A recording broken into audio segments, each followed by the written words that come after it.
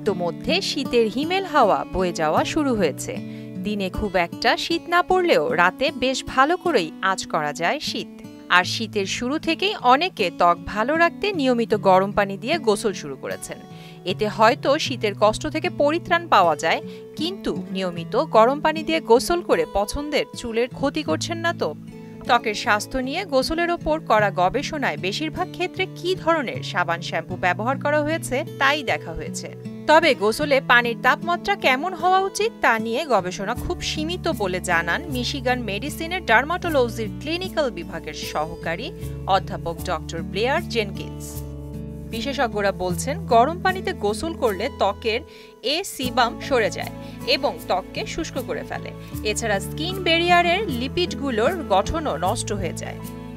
স্পেনের হাসপাতালের একজন চর্মরোগ বিশেষজ্ঞ তার প্রকাশিত গবেষণায় লেখা হয়েছে, বেশি গরম পানি দিয়ে গোসল করলে ত্বকের ব্যারিয়ার আরও বেশি ঝুঁকিপূর্ণ হয়ে পড়ে এবং ত্বকের আর্দ্রতা সহজে বেরিয়ে পড়ে। গরম পানি ত্বকের আর্দ্রতা বেশি শুষে নেয়, ব্যারিয়ার দুর্বল করে দেয় এবং এতে ত্বক লালচে হয়ে যায়। তাছাড়া গরম পানি ত্বকের পিএইচ মাত্রাও বাড়িয়ে দেয়। আবার ত্বকের মতো গরম পানি চুলকেও শুষ্ক করে তুলতে পারে। তবে যদি আপনার চুল বা ত্বক শুষ্ক থাকে কিংবা একজিমা বা সোরিয়াসিসের মতো সমস্যা থাকে, তাহলে চাইলে সপ্তাহে একদিন আপনি কুসুম গরম পানি দিয়ে গোসল করতে পারেন। কারণ ঘন ঘন গরম পানি দিয়ে গোসল করলে এ ধরনের সমস্যা আরও বেড়ে যাবে এবং ত্বক কিংবা চুলের স্থায়ী ক্ষতি হয়ে যেতে পারে।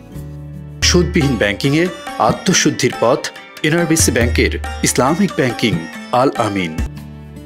গোসলের সময় মৃদু এবং সুগন্ধিহীন ক্লিনজার ব্যবহার করা উচিত, কারণ কিছু ক্লিনজার ও শ্যাম্পুতে সোডিয়াম লোরিল সালফেটের মতো উপাদান থাকে, যার দীর্ঘ ব্যবহারে ত্বকের ব্যারিয়ার নষ্ট হয়ে যেতে পারে।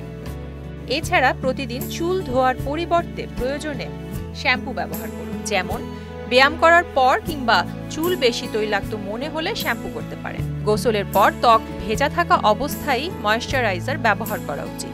তবে ময়েশ্চারাইজার হিসেবে লোশনের পরিবর্তে অয়েন্টমেন্ট বা ক্রিম জাতীয় উপাদান ব্যবহার করার পরামর্শ দিয়েছেন, কারণ এগুলো লোশনের চাইতে বেশি ভালো কাজ করে। আর অবশ্যই কোনো ময়েশ্চারাইজার কেনার সময় তাতে সিরামাইড, গ্লিসারিন বা পেট্রোলিয়াম জেলির মতো উপাদান আছে কিনা তা দেখে নেওয়া উচিত।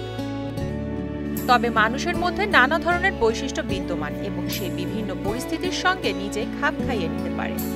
তাই ডক্টর জেনকিন্স বলেন, কিছু মানুষ সবসময় গরম পানি দিয়ে গোসল করতে পারেন কিংবা তাদের কখনোই কোনো সমস্যা হয় না। প্রিয়াঙ্কা নিতু, মোহনা ডিজিটাল।